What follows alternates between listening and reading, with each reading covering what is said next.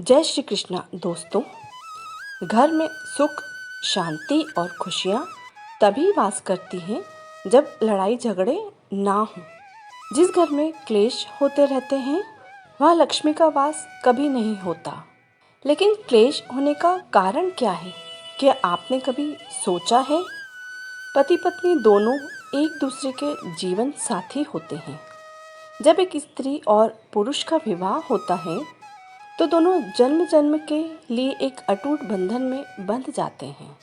दोनों के बीच का अटूट प्रेम उन्हें जीवन भर एक बंधन में बांधे रखता है। लेकिन एक समय ऐसा आता है जब दोनों के बीच संघर्ष उत्पन्न होने लगता है। दोनों के बीच असामान्य रूप से लड़ाइयाँ होने लगती हैं, जिससे उनका सुंदर सा रिश्ता भी कड़वा होने लगता है। दोनों के बीच क्लेश की वजह से दोनों में से कोई भी खुश नहीं रहता है और इसी क्लेश के कारण धीरे धीरे संबंध भी टूटने लगते हैं।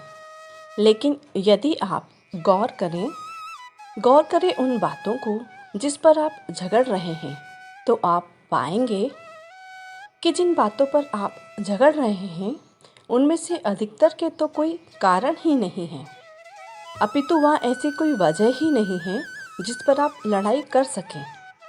फिर झगड़े का कारण क्या है? झगड़े का कारण है आप दोनों का ईगो। आप गौर करेंगे तो पाएंगे कि आप दोनों में से कोई भी खुद को एक दूसरे से कम नहीं समझता है। एक कुछ बोल देता है तो दूसरे का ईगो तुरंत हर्ट हो जाता है और फिर दूसरा कैसे चुप रहे वो भी शुरू हो जाता है।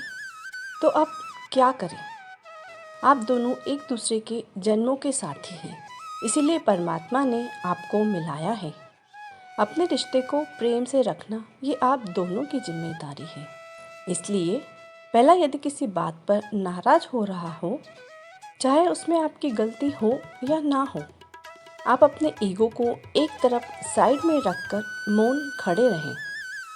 याद रखिए, महाभारत में भी श्री कृष्ण ने अर्जुन को गीता उपदेश देने से पहले उनकी सारी बातें एक अच्छे श्रोता बनकर सुनी थी।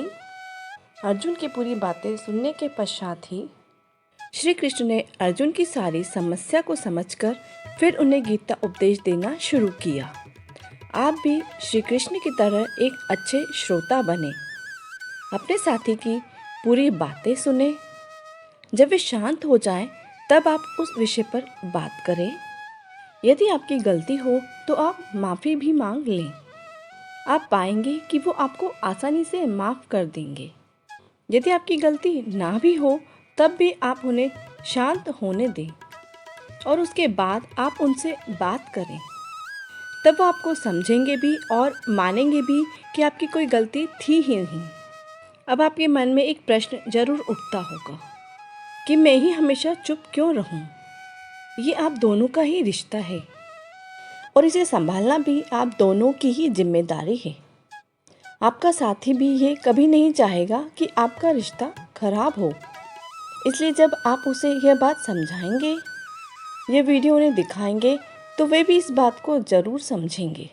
क्लेश होने का दूसरा मुख्य कारण है कि हम दूसरों की बातों में आकर बिना जांच पड़ताल किए अपने साथी से झगड़ने लगते हैं। इसलिए किसी भी बात की पहले जांच पड़ताल कर लें। यदि आपके साथी की गलती भी हो तो भी उनसे प्रेम से पूछें। अपना प्रेम उन्हें समझाने का प्रयास करें। इससे आप दोनों के बीच का प्रेम और बढ़ जाएगा और आपका संबंध अटूट हो जाएगा।